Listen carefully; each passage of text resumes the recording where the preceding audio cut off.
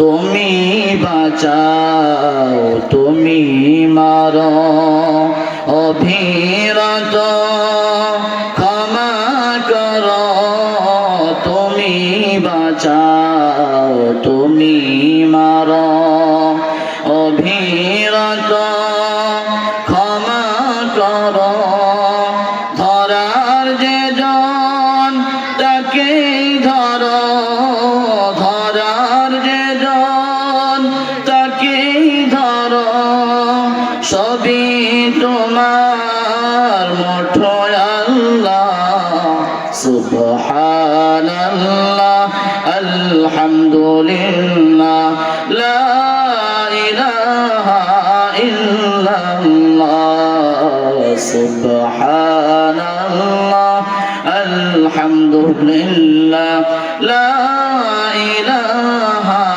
ইল্লাল্লাহ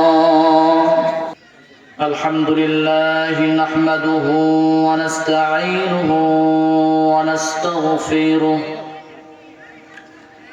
ওয়া নু'মিনু বিহি ওয়া নাতাওয়াক্কালু আলাইহি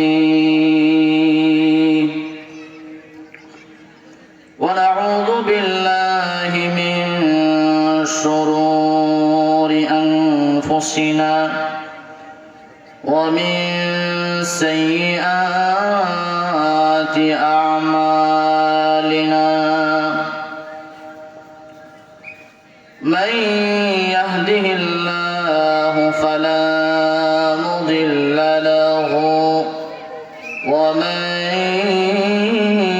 يضلله فلا هادي له ونشهد أن لا إله إلا الله وحده لا شريك له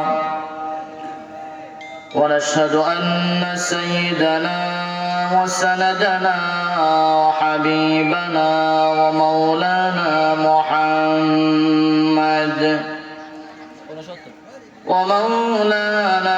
محمدا عبده ورسوله صلى الله تعالى عليه وعلى آله وأصحابه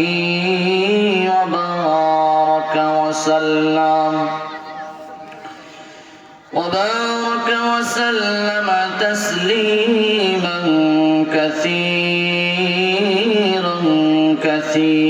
كثيرا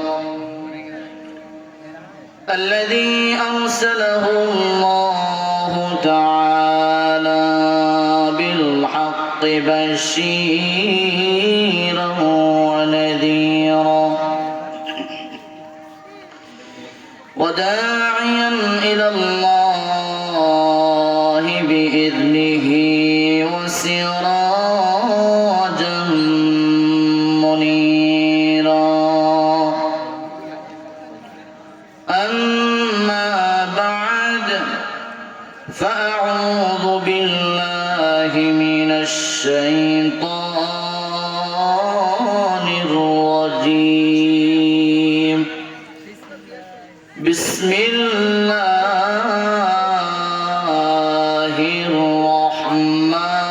الرحمن الرحيم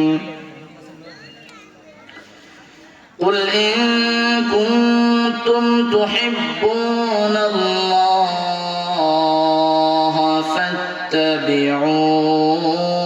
فاتبعوني يحببكم الله ويغفر لكم ذنوبكم والله غفور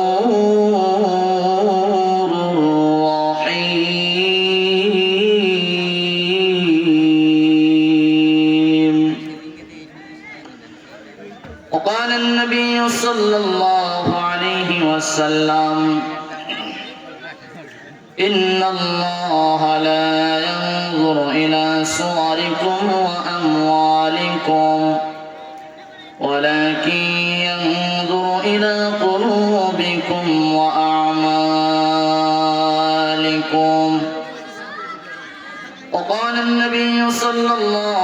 عليه وسلم من أحب سنتي فقد أحبني ومن أحبني كان معي في الجنة أو كما قال النبي صلى الله عليه وسلم. صدق الله العلي العظيم وصدق رسوله النبي الكريم ونحن على ذلك لمن الشاهدين والشاكرين والحمد لله رب العالمين. سبحانك لا علم لنا إلا ما علمتنا إنك أنت العليم الحكيم. اللهم صل على محمد وعلى آل محمد كما صليت على إبراهيم وعلى آل إبراهيم إنك حميد مجيد. اللهم بارك على محمد وعلى آل محمد كما باركت على إبراهيم وعلى آل إبراهيم إنك حميد مجيد. بلغ العلا بكماله كشف الدجى بجماله حسنت جميع خصاله صلوا عليه وآله. زور بولن بلغ العلا بكماله كشف الدجى بجماله حسنت جميع خصاله صلوا عليه وآله. সকলে মুহাব্বতের জবান ছেড়ে রব্বে কারীমের একটু জিকির করি। রাসূল আকরাম সাল্লাল্লাহু আলাইহি ওয়াসাল্লাম হাদিসে কুদসির মধ্যে আল্লাহ তাআলা বলেন, ফাইন যাকারানি ফাইন্নাহু নাফসি যাকারতুহু ফি নাফসি। বান্দা বান্দী যখন আমাকে মনে মনে স্মরণ করে আমি আল্লাহ তাআলা ওই বান্দা বান্দীকে মনে মনে স্মরণ করে। জোরে বলুন সুবহানাল্লাহ। ওয়া ইন যাকারানি ফি মালাইন খায়রুম মিনহুম। বান্দা বান্দী যখন কোন মজমার মধ্যে আমাকে স্মরণ করে আমিও তাদেরকে তাদের থেকে উত্তম মজমা ফেরেশতাদের মজমার মধ্যে তাদেরকে স্মরণ করি। এলোমেলো যে যেখানে বসে আছেন মেহেরবানি করে একটু আগেই চলে আসেন। সুবহানাল্লাহ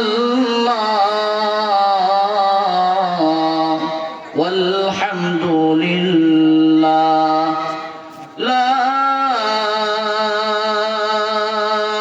ইলাহা ইল্লাল্লাহ। সবাই বলি সুবহানাল্লাহ আলহামদুলিল্লাহ লা ইলাহা ইল্লাল্লাহ সুবহানাল্লাহ আলহামদুলিল্লাহ লা ইলাহা ইল্লাল্লাহ।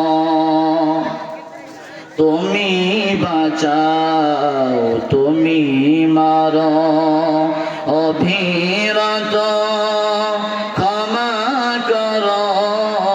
তুমি বাঁচাও তুমি মারো অভিরত ক্ষমা করো। ধরার যে জন তাকেই ধরো, ধরার যে জন তাকেই ধরো। সবই তোমার মুঠোয় আল্লাহ সুবহানাল্লাহ আলহামদুলিল্লাহ লা ইলাহা ইল্লাল্লাহ সুবহানাল্লাহ আলহামদুলিল্লাহ লা ইলাহা ইল্লাল্লাহ।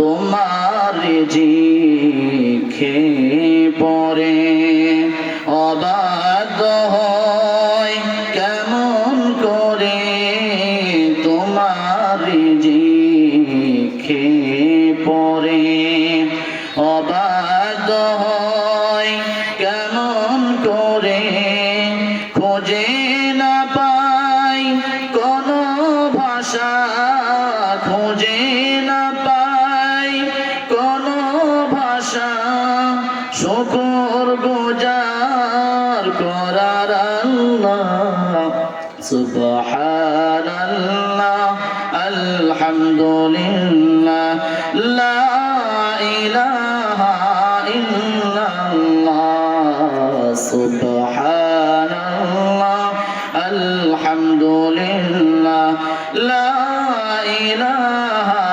ইল্লাল্লাহ।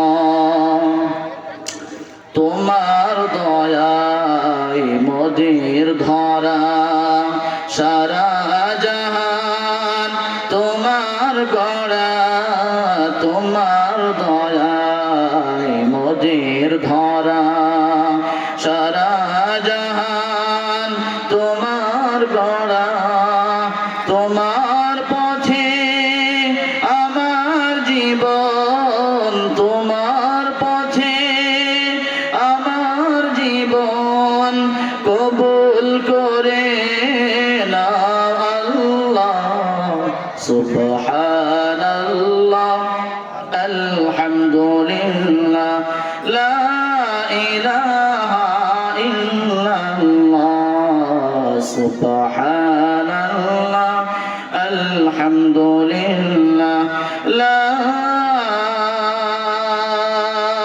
ইলাহা ইল্লাল্লাহ।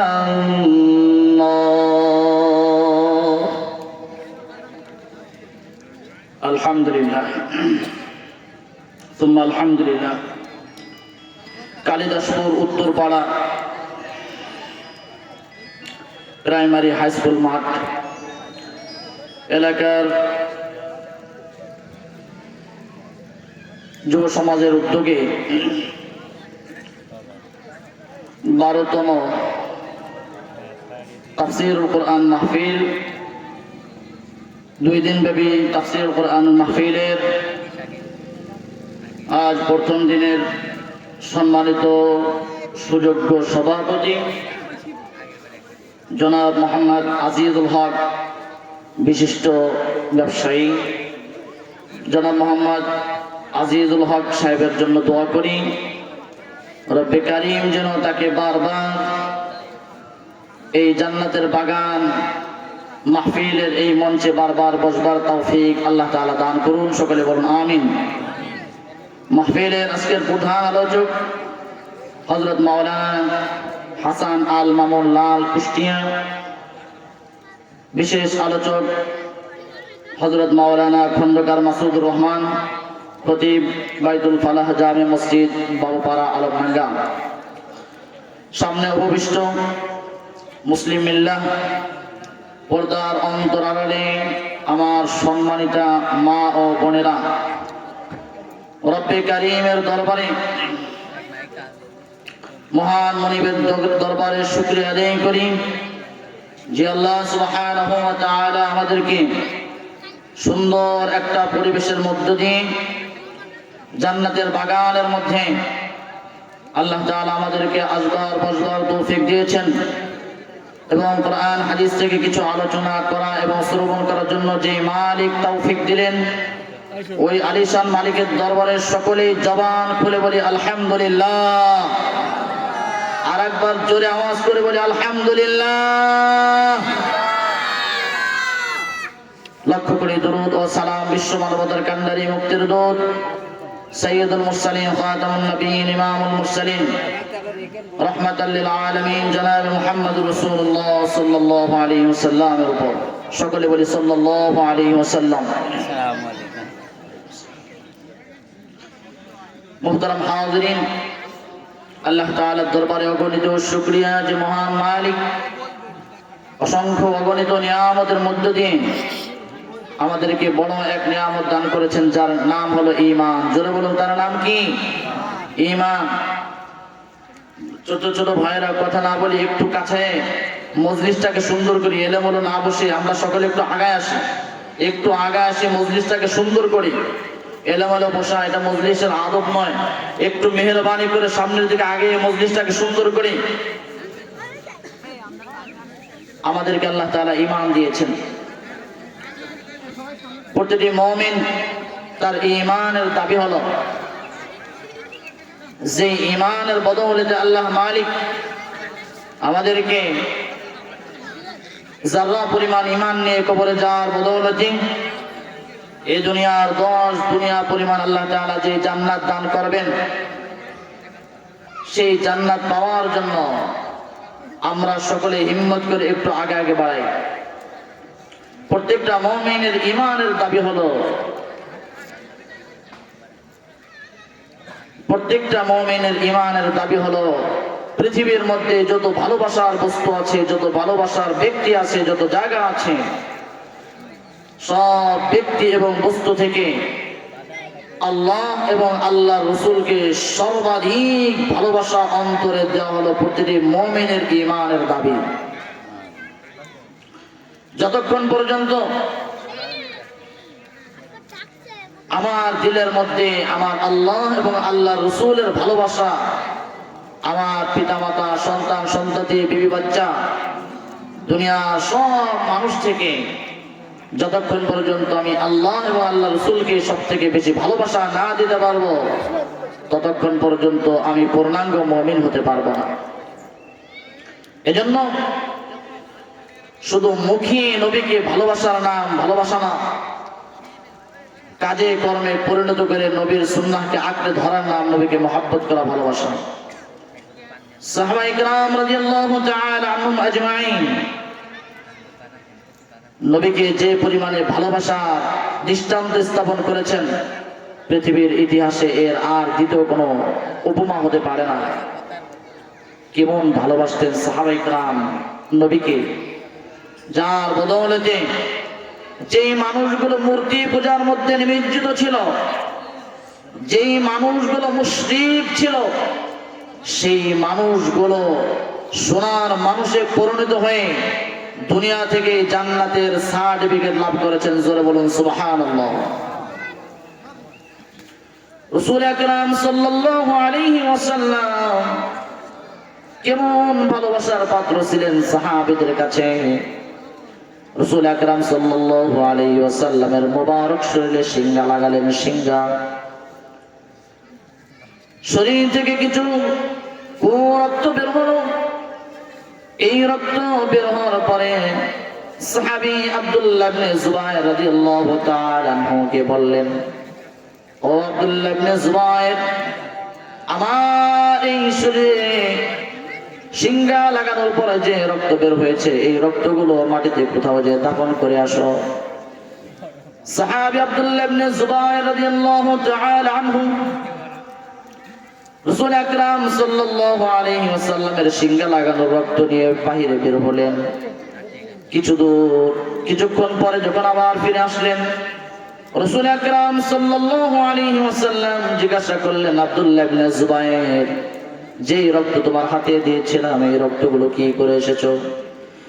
আব্দুল্লাহ ইবনে জুবায়ের রাদিয়াল্লাহু তাআলা আনহু বলেন, আপনার হাবিব, যেই রক্ত আপনি জমিনে দাফন করতে বলেছেন, সেটা আমি জমিনে দাফন না করে আমার কলবের মধ্যে দাফন করে দিয়েছি। সুবহানাল্লাহ। আমি আপনার রক্তগুলো চুষে চুষে পান করে ফেলেছি। কেমন মহব্বত, কেমন আশিক। রাসূল আকরাম সাল্লাল্লাহু আলাইহি ওয়াসাল্লাম বলেন, লান তামাসসাকান নার, যেই শরীরের মধ্যে আমার রক্ত প্রবেশ করেছে সেই শরীর কখনো জাহান্নামের আগুন স্পর্শ করবে না। সুবহানাল্লাহ। উহুদের যুদ্ধের কাফেরদের অতর্কিত আক্রমণের সময় রাসূল আকরাম সাল্লাল্লাহু আলাইহি ওয়াসাল্লামের মুবারক চেহারার মধ্যে দুইটা লোহার কোড়া ঢুকে গেল। এই দৃশ্য দেখে হযরত আবু বকর সিদ্দিক রাদিয়াল্লাহু তাআলা আনহু দৌড়ে আসলেন কোড়া খোলার জন্য। অপরদিকে হযরত আবু উবাইদা ইবনুল জাররাহ রাদিয়াল্লাহু তাআলা আনহু দৌড়ে আসলেন। আবু উবাইদা ইবনুল জাররাহ রাদিয়াল্লাহু তাআলা আনহু বলে, আবু বকর, এই সৌভাগ্যের কাজ আমাকে হাত ছাড়া হতে দিবেন না, অন্তত পক্ষে এই কাজটা আমাকে করার সুযোগ করে দিন।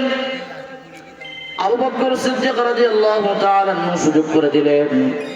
আবু উবাইদা ইবনুল জাররাহ রাসূল আকরাম সাল্লাল্লাহু আলাইহি ওয়াসাল্লামের মুবারক চেহারা থেকে কড়া উঠাবেন। কিভাবে উঠাবেন? দুনিয়ার কোনো অস্ত্র দিয়ে নয়, নিজের জবান লাগিয়ে দিয়েছেন, দাঁত দ্বারা কড়া উঠাবেন, টান দিয়েছেন। কড়া টান দেওয়ার সাথে সাথে একটা কড়া বের হয়ে গেল। অটোমেটিক অমনি আবু উবাইদা ইবনুল জাররাহ একটা দাঁত শহীদ হয়ে গেল। জোরে বলুন সুবহানাল্লাহ। দ্বিতীয় কড়াটি খোলার জন্য আবু উবাইদা ইবনুল জাররাহ আবার টান দিলেন। দাঁত দিয়ে কড়া টান দেওয়ার সাথে সাথে দ্বিতীয় কড়াটিও খুলে আসলো।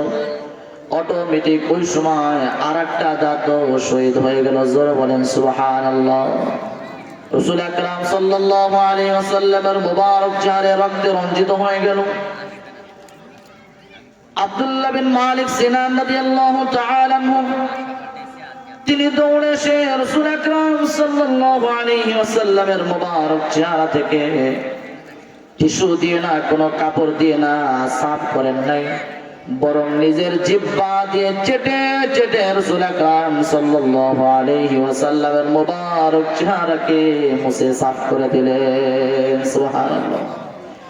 দুনিয়ার কোনো টিস্যু দিয়ে পরিষ্কার করেন নাই, দুনিয়ার কোনো কাপড় দিয়ে পরিষ্কার করেন নাই, জবানের জিহ্বা দিয়ে চেটে চেটে রাসূল আকরাম সাল্লাল্লাহু আলাইহি ওয়াসাল্লামের মুবারক চেহারাকে পরিষ্কার করলেন।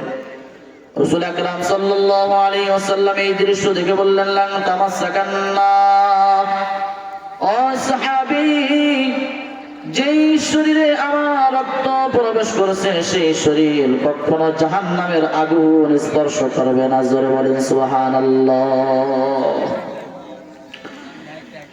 ও পর্দার আড়ালের মা বোনেরা, মহিলাদের অবস্থা কি ছিল?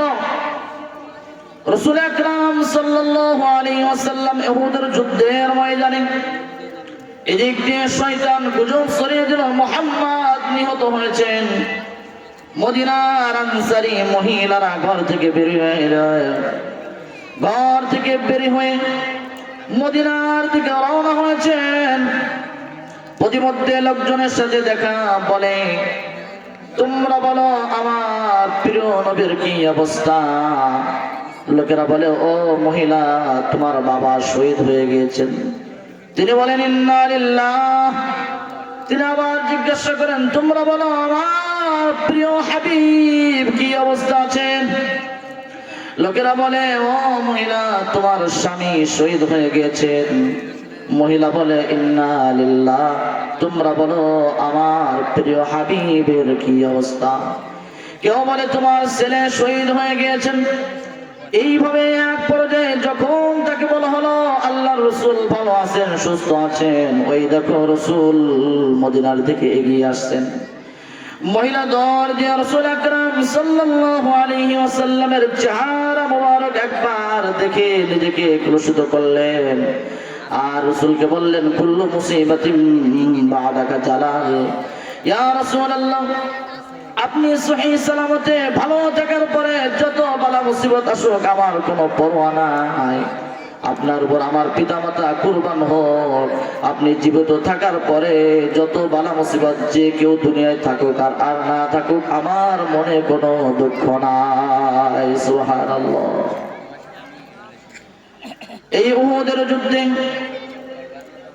রাসূল আকরাম সাল্লাল্লাহু আলাইহি ওয়াসাল্লামের সাহাবী হযরত আবু দাজানা রাদিয়াল্লাহু তাআলা আনহু সমস্ত কাফেরদের একটাই টার্গেট, মুহাম্মদকে কিভাবে দুনিয়া থেকে বিদায় করে দেওয়া যায়। সবার একটি লক্ষ্য উদ্দেশ্য করে মুহাম্মদকে তীর বর্ম নিক্ষেপ করতেছে। আবু দাজানা রাদিয়াল্লাহু তাআলা আনহু রাসূল আকরাম সাল্লাল্লাহু আলাইহি ওয়াসাল্লামের দিকে মুখ করে কাফেরদের দিকে পিঠ করে এই কঠিন মুহূর্তের মধ্যে রাসূল আকরাম সাল্লাল্লাহু আলাইহি ওয়াসাল্লামের দিকে পিঠ দিবে এতটুকু পর্যন্ত বিয়াদবি নিজে বরদাস্ত করতে পারেন নাই। রাসূল আকরাম সাল্লাল্লাহু আলাইহি ওয়াসাল্লামের দিকে চেহারা দিয়ে কাফেরদের দিকে পিঠ করে ঢাল হিসেবে রাসূলের সামনে দাঁড়িয়ে গেলেন। যুদ্ধ শেষে দেখা গেল আবু দাজানা রাদিয়াল্লাহু তাআলা আনহুর শরীরে 70 থেকে 80টির তীর বল্লমের আঘাতের চিহ্ন বিদ্যমান রয়েছে। সুবহানাল্লাহ। সাহাবীদের একটা উদ্দেশ্য, আমার জানের থেকেও আমি নবী আপনাকে বেশি ভালোবাসি, আমার মালের থেকেও বেশি ভালোবাসি, আমার সম্পদের থেকেও বেশি ভালোবাসি। রাসূল এখন নাই, রাসূলকে কিভাবে ভালোবাসতে হবে? মান আহাব্বা সুন্নতি ফাকাদ আহাব্বানি ওয়া মান কানা ফিল মাই ফিল জান্নাহ। রাসূল আকরাম সাল্লাল্লাহু আলাইহি ওয়াসাল্লাম বলেন, যে আমার সুন্নতকে মহব্বত করলো সে কেমন যেন আমাকেই মহব্বত করলো। সুবহানাল্লাহ। ওয়া মান আহাব্বানি কানা মাই ফিল জান্নাহ। আর যে ব্যক্তি আমাকে মহব্বত করবে সে ব্যক্তি আমার সাথে জান্নাতে থাকবে। জোরে বলুন সুবহানাল্লাহ। জানের থেকেও, মালের থেকেও, সম্পদের থেকেও কেন রাসূলের এত দাবি? রাসূল আকরাম সাল্লাল্লাহু আলাইহি ওয়াসাল্লাম কখনো আপনাকে আমাকে ভুলে না, উম্মতের কথা ভুলেন না। আল্লাহ সুবহানাহু ওয়া তাআলা মিরাজের রজনীতে রাসূল আকরাম সাল্লাল্লাহু আলাইহি ওয়াসাল্লামকে ডেকে নিলেন তার সান্নিধ্যে। কঠিন মুহূর্তের মধ্যে যখন আরশে আযীমে রাসূল আকরাম সাল্লাল্লাহু আলাইহি ওয়াসাল্লাম পৌঁছে গেলেন, আল্লাহ তাআলা বলেন, ইয়া রাসূলুল্লাহ, আপনি আপনার পরওয়ারদিগারের সামনে আছেন, কি হাদিয়া নিয়ে এসেছেন আমার জন্য হাদিয়া পেশ করুন। রাসূল আকরাম সাল্লাল্লাহু আলাইহি ওয়াসাল্লাম চিন্তায় চিন্তিত হয়ে গেলেন। আল্লাহ তাআলা আমার কাছে হাদিয়া চাচ্ছেন, আমি কি হাদিয়া দেব? আল্লাহ তাআলা তো ধনী, আল্লাহুল গনি ওয়া আনতুমুল ফুকারা। আল্লাহ তাআলা হলেন ধনী, দুনিয়ার সব হলো ফকিরের ঘরের ফকির। কথা ঠিক কি ঠিক নজর বলুন। একমাত্র আল্লাহ তাআলা হলেন ধনী, দুনিয়ার সব রাজা বাদশা হলো ফকিরের ঘরের ফকির। আল্লাহ তাআলা লৌহ কলমের মালিক, আল্লাহ তাআলা আরশ কুরসির মালিক, আল্লাহ তাআলা আসমান জমিনের মালিক। কোন জিনিস দিয়ে আমার রবকে খুশি করা যায়? রাসূল আকরাম সাল্লাল্লাহু আলাইহি ওয়াসাল্লাম সিজদার মধ্যে পড়ে গেলেন। আল্লাহু আকবার। সিজদার মধ্যে পড়ে যাওয়ার পরে রাসূলের জবান থেকে বের হয়ে আসলো, আত-তাহিয়াতু লিল্লাহি ওয়াস-সালাওয়াতু ওয়াত-তাইয়্যিবাত। আই পরওয়ারদিগার আলম, সমস্ত প্রশংসা, সকল ইবাদত, সমুদায় পবিত্রতা ও মালিক একমাত্র শুধুমাত্র আপনার জন্য, অন্য কারো জন্য নয়। ইবাদত একমাত্র আপনার জন্য। কুল ইন্না সালাতি ওয়া নুসুকি ওয়া মাহইয়ায়া ওয়া মামাতি লিল্লাহি রাব্বিল আলামিন। ইবাদত একমাত্র আল্লাহর জন্য, কোন মানুষকে দেখানোর উদ্দেশ্য নয়। আই মালিক, সমস্ত প্রশংসা, সকল ইবাদত, সমুদায় পবিত্রতা তোমার জন্য। রাসূল আকরাম সাল্লাল্লাহু আলাইহি সাল্লামের মুবারক চেহারা থেকে, মুবারক জবান থেকে সুন্দর বাণী শুনে আল্লাহ তাআলা জবাব দিলেন, আসসালামু আলাইকা আইয়ুহান নবী ওয়া রাহমাতুল্লাহি ওয়া বারাকাতুহু। রব্বে কারীম বলেন, ইয়া হাবিব, আপনার উপরে শান্তি, রহমত, বরকত বর্ষিত হোক। সুবহানাল্লাহ। রাসূল আকরাম সাল্লাল্লাহু আলাইহি ওয়াসাল্লাম দেখলেন আল্লাহর পক্ষ থেকে রহমত, শান্তি, বরকত শুধু আমার একার দিকে করছে। রাসূল আকরাম সাল্লাল্লাহু আলাইহি ওয়াসাল্লাম ওই কঠিন মুহূর্তের মধ্যেও আপনাকে আমাকে ভুলেন নাই। দুনিয়ার মানুষ যখন প্রিয়জনের সাথে মিলিত হয়, সাক্ষাৎ করে, তখন দুনিয়ার আপনজন, পিতামাতা, ভাই বোন সব ভুলে যায়। কথা ঠিক কি ঠিক না? জোরে বলুন। বিদেশ থেকে একজন মেয়ে বাংলাদেশি একজন ছেলের কথার মধ্যে মজা পেয়ে বাপ মা ভাই বোন দেশ সব ত্যাগ করে ভিন্ন দেশ থেকে বাংলাদেশে চলে আসে একটু কথার মধ্যে মজা পেয়ে। কারো দিকে কোনো কথা থাকে না, কারো দিকে কোনো খেয়াল থাকে না। রাসূল আকরাম সাল্লাল্লাহু আলাইহি ওয়াসাল্লাম কঠিন মোর মধ্যে, কঠিন চরম চাওয়া পাওয়ার মুহূর্ত আপনাকে আমাকে ভুলেন নাই, উম্মতের কথা ভুলেন নাই। রাসূল বলেন, আসসালামু আলাইনা ওয়া আলা ইবাদিল্লাহিস সালিহিন। আল্লাহু আকবার। রাসূল আকরাম সাল্লাল্লাহু আলাইহি ওয়াসাল্লাম বলেন, আই পরওয়ারদিগার আলম, এই রহমত, শান্তি, বরকত এটা শুধু আমার একার জন্য নয়, বরং আমাদের সকলের জন্য। জোরে বলেন সুবহানাল্লাহ। এবং দুনিয়ায় যত নেককার বান্দা বান্দি আসবে, ও মালিক, সকলের জন্য এই রহমত, বরকত, শান্তি সকলের জন্য। সুবহানাল্লাহ। এই কঠিন মুহূর্তে আপনাকে আমাকে বলেন নাই। এজন্যই রাসূল আকরাম সাল্লাল্লাহু আলাইহি ওয়াসাল্লাম বলেন, লা ইউমিনু আহাদুকুম হাত্তা আকুনা হাব্বা ইলাইহি মিন ওয়ালিদিহি ওয়া ওয়ালাদিহি ওয়ান নাসি আজমাইন। প্রকৃত মুমিন ততক্ষণ পর্যন্ত হতে পারবে না যতক্ষণ পর্যন্ত তোমার দিলের মধ্যে আমাকে, যতক্ষণ পর্যন্ত তোমার পিতামাতা, তোমার সন্তান সন্ততি, সমস্ত মানুষ থেকে আমাকে বেশি ভালো না বাসবে, ততক্ষণ পর্যন্ত পূর্ণাঙ্গ মুমিন তুমি হতে পারবা না।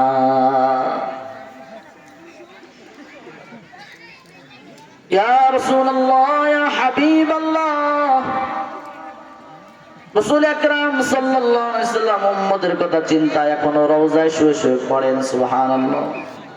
এই রাসূলের সাহাবী কি পরিমাণে ভালোবাসতেন। রাসূল আকরাম সাল্লাল্লাহু আলাইহি ওয়াসাল্লাম তার একজন চমৎকার সাহাবী, তাকে উপদেশ দিলেন, 10টা বিষয়ের উপরে উপদেশ দিলেন দুনিয়ার সমস্ত উম্মতকে লক্ষ্য করে, যাতে সমস্ত উম্মত এই 10টা উপদেশ গ্রহণ করে। আপনাদের সামনে একটা হাদিস পেশ করব। হযরত মুআজ বিন জাবাল রাদিয়াল্লাহু তাআলা আনহু, এই মুআজ বিন জাবাল রাদিয়াল্লাহু তাআলা আনহুকে রাসূল আকরাম সাল্লাল্লাহু আলাইহি ওয়াসাল্লাম 10টা বিষয়ে নির্দেশ দিলেন। وعن معاذ رضي الله تعالى عنه قال أوصاني رسول الله صلى الله عليه وسلم ب10 كلمات قال لا تشرك بالله شيئا وإن قتلت وحرقت। সকলে খেয়াল করে শুনে, 10টা বিষয় আমরা সকলেই খেয়াল করে শুনবো ইনশাআল্লাহ। 10টা বিষয়ে সাহাবী মুআজ বিন জাবাল রাদিয়াল্লাহু তাআলা আনহুকে নির্দেশ দিলেন। 1 নম্বর হলো, মুআজ, ইবাদতের মধ্যে একমাত্র আল্লাহ তাআলাকে রাজি খুশি করার জন্য ইবাদত করবা। লা তুশরিক বিল্লাহি শাইআন, আল্লাহ তাআলার সাথে অন্য কাউকে শরীক করবা না। যদিও তোমাকে হত্যা করা হয় বা জ্বালিয়ে দেওয়া হয়। আজকে আমাদের ঈমান নষ্ট করার জন্য ইহুদি খ্রিস্টান বেঈমানরা যে পরিমাণে আমাদের পিছনে পড়েছে, তার থেকেও ভয়ানক এক বাহিনী আমাদের দেশে আছে, যাদেরকে ভণ্ড পীর বলা হয়। কবরের মধ্যে সিজদা দেওয়ায়, মাজারে যে পীর সাহেবের পায়ের মধ্যে সিজদা দেওয়ায়, মাজারে যে ভালো মন্দ কিছু চায়, পীর সাহেবের কাছে যে ভালো মন্দ কিছু চায়। মা বোনেরা সরল সোজা মানুষ, তাদেরকে ভুল ভাল বুঝিয়ে বলে সন্তান হয় না, অমুক মাজারে যে পীর সাহেবের কাছে যাও, সন্তান চাও, সন্তান দিয়ে দিবে। নাউযুবিল্লাহি মিন যালিক। আছে না নাই? ঈমান ধ্বংস হয়ে যাবে। রাসূল আকরাম সাল্লাল্লাহু আলাইহি ওয়াসাল্লাম আমাদের জন্য 3টা হাদিয়া নিয়ে এসেছেন মিরাজের রজনীতে। এক নম্বর হলো 50 ওয়াক্ত নামাজ, কমিয়ে কমিয়ে 5 ওয়াক্ত পর্যন্ত এসেছেন। মা ইউবাদদালুল কওলু লাদাইয়া ওয়া মা আনা বিযাল্লামিল লিল আবিদ। রব্বে কারীম বলেন, আমার কথা রদবদল হয় না। বান্দা বান্দি 5 ওয়াক্ত নামাজ পড়বে, সওয়াব হবে 50 ওয়াক্ত। জোরে বলুন সুবহানাল্লাহ। 2 নম্বর হলো সূরা বাকারা শেষ দুটো আয়াত। আর 3 নম্বর হলো মুশরিক ব্যতীত বাকি সকল উম্মতকে ক্ষমা করে দেওয়ার ঘোষণা। সুবহানাল্লাহ বিহামদিহি। শিরিকের গুনাহ আল্লাহ তাআলা ক্ষমা করেন না। শিরিক ছাড়া অন্য যত গুনাহ আছে আল্লাহ তাআলা চাইলে ক্ষমা করে দেন। রব্বে কারীম বলেন, ইন্নাল্লাহা লা ইয়াগফিরু আন ইউশরাকা বিহি ওয়া ইয়াগফিরু মা দুনা যালিকা লিমান ইয়াশা ওয়া মান ইউশরিক বিল্লাহি ফাকাদ দাল্লা দালালান বাঈদা। আল্লাহ তাআলা বলেন, শিরকের গুনাহ আমি আল্লাহ তাআলা ক্ষমা করব না। শিরকের গুনাহ ছাড়া অন্য যে গুনাহ আছে আমি চাইলে মাফ করে দেব। শিরক এত বড় ভয়ানক। রাসূল আকরাম সাল্লাল্লাহু আলাইহি সাল্লাম বলেন, মান মাতা ইউশরিক বিল্লাহি শাইআন দাখালান নার ওয়া মান মাতা লা ইউশরিক বিল্লাহি শাইআন দাখালাল জান্নাহ। যে ব্যক্তি শিরিক করা অবস্থায় মৃত্যুবরণ করলো, সে সোজাসুজি জাহান্নামে প্রবেশ করবে। জোরে বলেন নাউযুবিল্লাহ। ওমান মাতা লা ইউশরিক বিল্লাহ, আর যে ব্যক্তি শিরিক না করে মৃত্যুবরণ করলো, সে আল্লাহর জান্নাতের মধ্যে ঢুকে পড়লো। জোরে বলেন সুবহানাল্লাহ।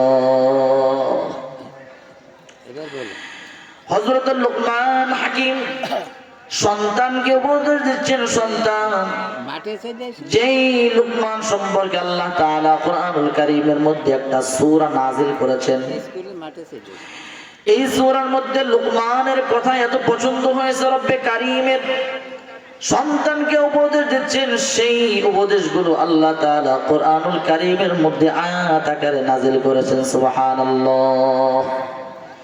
লুকমান হাকিম বলেন, وَإِذْ قَالَ لُقْمَانُ لِابْنِهِ وَهُوَ يَعِظُهُ يَا بُنَيَّ لَا تُشْرِكْ بِاللَّهِ إِنَّ الشِّرْكَ لَظُلْمٌ عَظِيمٌ।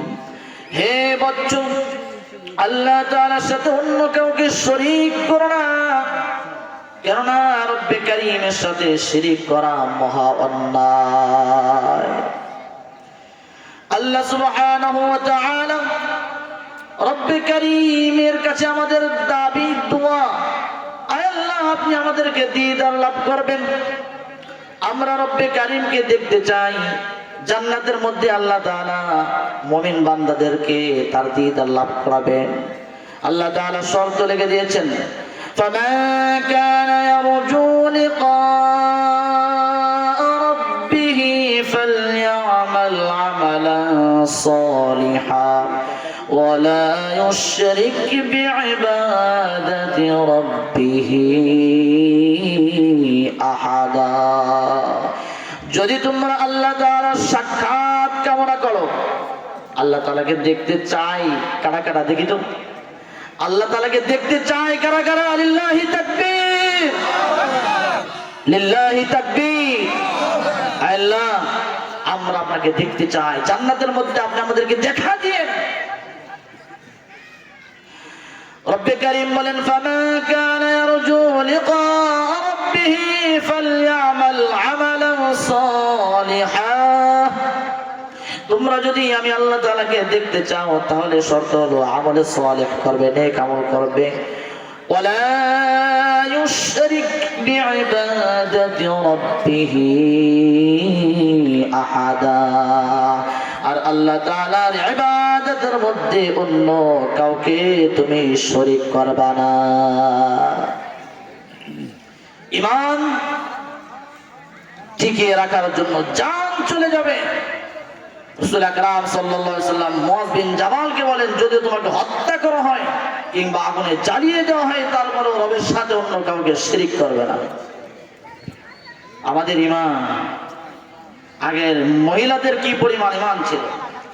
সম্মানিত মা ও বোনেরা, খেয়াল করে শোনেন, ফিরআউনের দাসী মাসেতা ফিরআউন চরম শত্রু, আল্লাহ তাআলার চরম শত্রু, যে নিজেকে খোদা দাবি করে, আনা রাব্বুকুমুল আলা, আমি বড় খোদা। সেই ঘরের মধ্যে থেকেও ঈমানকে টিকিয়ে রেখেছেন। কোন বেঈমানের কাছে, কোন বাতিলের কাছে মাথা নত করেন নাই। জোরে বলেন সুবহানাল্লাহ। মুসলমান ঈমানকে টিকিয়ে রাখার জন্য কোন জালেমের সামনে মাথা নত করা যাবে না। ঈমানকে টিকিয়ে রাখার জন্য কোন বাতিলের সামনে মাথা নত করা যাবে না। রাসূল আকরাম সাল্লাল্লাহু আলাইহি ওয়াসাল্লাম মিরাজের রজনীতে যাচ্ছেন। প্রতিমধ্যে জান্নাতের সুঘ্রাণ। রাসূল আকরাম সাল্লাল্লাহু আলাইহি ওয়াসাল্লাম জিবরাইলকে জিজ্ঞাসা করে, ও জিবরাইল, এত সুঘ্রাণ কোত্থেকে আসে? জান্নাতে চলে আসলাম নাকি? জিবরাইল বলে, ইয়া রাসূলুল্লাহ, না, জান্নাত তো অনেক দূরে, তাহলে কি ঘ্রাণ আসে, কোত্থেকে আসে? জিবরাইল আলাইহিস সালাম বলেন, ইয়া রাসূলুল্লাহ, মানুষটা ছিল একজন কাফেরের ঘরে, কিন্তু জিন্দেগি টিকা ঘুরেছিল, জিন্দেগি ঘুরে নিয়েছিল। কি হয়েছিল খুলে বলো, যাতে উম্মতকে বলে দিতে পারি। জিবরাইল আলাইহিস সালাম বলেন, ইয়া রাসূলুল্লাহ, এটা জান্নাতি সুঘ্রাণ না, এটা ফিরআউনের দাসী মাসে তার কবর থেকে সুঘ্রাণ বের হচ্ছে, সেই ঘ্রাণ আপনার নাকে আসছে। জোরে বলেন সুবহানাল্লাহ। কি ছিল মাসেটা? মাসেটা ফিরআউনের দাসী। ফিরআউনের নিজস্ব নিজের কোন আপন সন্তান ছিল না, একটা পালক মেয়ে ছিল, নাম ছিল। এই ফিরআউনের দাসী মাসেটা পালক মেয়ের মাথা আশ্রাচ্ছে চিরুনি দিয়ে। এমন সময় চিরুনি মাটিতে পড়ে গিয়েছে। এই সময় মাসেটা বিসমিল্লাহ বলে চিরুনিটি উঠিয়েছে। জোরে বলেন সুবহানাল্লাহ। আজকে আমাদের কাজে কাজে বিসমিল্লাহ নাই, সব কাজে কাজে। খানা কাজ শুরু করবো বিসমিল্লাহ, কাজ শুরু করবো বিসমিল্লাহ। সব জায়গায় জায়গায় রাসূল আকরাম সাল্লাল্লাহু আলাইহি ওয়াসাল্লামের দোয়া আছে। খানা খাওয়ার শুরুতে বিসমিল্লাহি ওয়া আলা বারাকাতিল্লাহ, দস্তরখানা বিছিয়ে সুন্দর করে বিসমিল্লাহ বলে খানা খাবো। এই খানা খাওয়াটাও ইবাদতের মধ্যে গণ্য হয়ে যাবে। জোরে বলেন সুবহানাল্লাহ। মা সেটা বিসমিল্লাহ বলে চিরুনি উঠাই। ফিরআউনের পালক মেয়ে বলে, ও মা সেটা, কার নাম নিলি? বলে, আমি আমার রবের নাম নিলাম। বলে, তোর রব কি? আমার বাবা কি তোর রব নয়? বলে, কখনোই নয়, আমার রব হলো আল্লাযী রাব্বিক, যে তোর রব, যিনি তোর বাবার রব, তোর 14 গোষ্ঠীর রব। রব্বুস সামাওয়াতি ওয়াল আরদ, আসমান জমিনের যিনি মালিক, তিনি হলেন আমার রব। তোর বাবা কখনো আমার রব হতে পারে না। মা সেটা দৌড়ে চলে গিয়েছে ফিরআউনের কাছে। মজলিসের মধ্যে ছিল। ফিরআউনকে দিয়ে বলে, আব্বাজান, ঘরের মধ্যেই তো আমাদের শত্রু, তুমি নাকি বলে আসল পড়বো না, তুমি বলে নকল পড়বো। বলে, কি বলে? মা সেটা ধরে নিয়ে আসো। মা সেটাকে, ও মা সেটা, তুমি কার নাম নিলা? বলে, আমার রবের নাম নিলাম। বলে, তোর রব কে? বলে, যিনি আমার রব, যিনি তোর রব, তোর বাবার রব, তোর 14 গোষ্ঠীর রব। রব্বুস সামাওয়াতি ওয়াল আরদ, আসমান জমিনের যিনি মালিক, তিনি হলেন আমার রব। সুবহানাল্লাহ। ফিরআউন বলে মা সেতারে ফিরে আসো, এখনো তোমার ওই রব থেকে ফিরে আসো, যদি ফিরে না আসো তোমার কি লাগবে? জালেমদের একটা অভ্যাস হলো, তারা প্রথমে অনেক লোভ দেখায়, তুমি ওখান থেকে ফিরে আসো, তোমার বাড়ি লাগে বাড়ি করে দেব। অনেক মুসলমান খ্রিস্টান হয়ে যাচ্ছে, জোরে বলে নাউজুবিল্লাহ, টাকার জন্য বলে টাকা দেব, বাড়ি করে দেব, সব করে দেব, আমাদের ধর্ম গ্রহণ করো। মা সেটাকে বলেন তোমাকে বাড়ি করে দেব, যা লাগে সব করে দেব, তারপরও ফিরে আসো। মা সেটা বলে জীবন চলে যাবে, তারপরেও আমি আমার রব থেকে এক কিঞ্চিত পরিমাণে সরে যেতে পারি না। বলে তাহলে তোমাকে অনেক লাঞ্ছনা দিয়ে, কঠিন শাস্তি দিয়ে তোমাকে তোমার সন্তানকে হত্যা করা হবে। মা সেটা বলে ফাকদি মা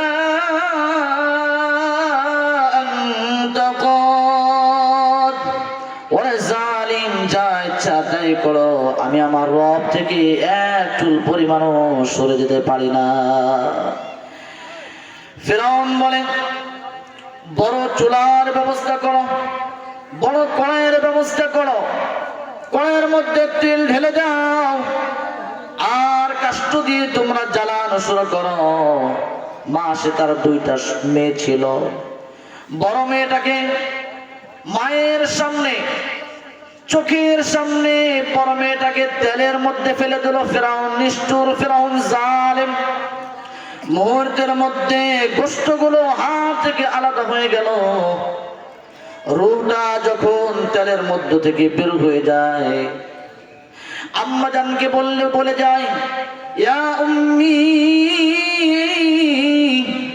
লা তাহজান ওয়ালা তাখাফ, আম্মা জান কোনো চিন্তিত হয় না, কোনো দুঃখ করো না, তুমি হকের উপর আছো, তুমি হকের উপর আছো, কিছুক্ষণ পরে তোমার আমার একসাথে জান্নাতের মধ্যে মিলন মেলা হবে। জোরে বলেন সুবহানাল্লাহ।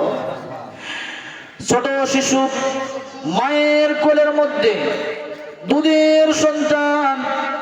এবার জালিম বলে এই দুধের সন্তানকেও ফেলানো হবে, এখনো সময় আছে, তুমি তোমার ওই রবকে ছেড়ে দাও, আমাকে প্রভু বলে মানো।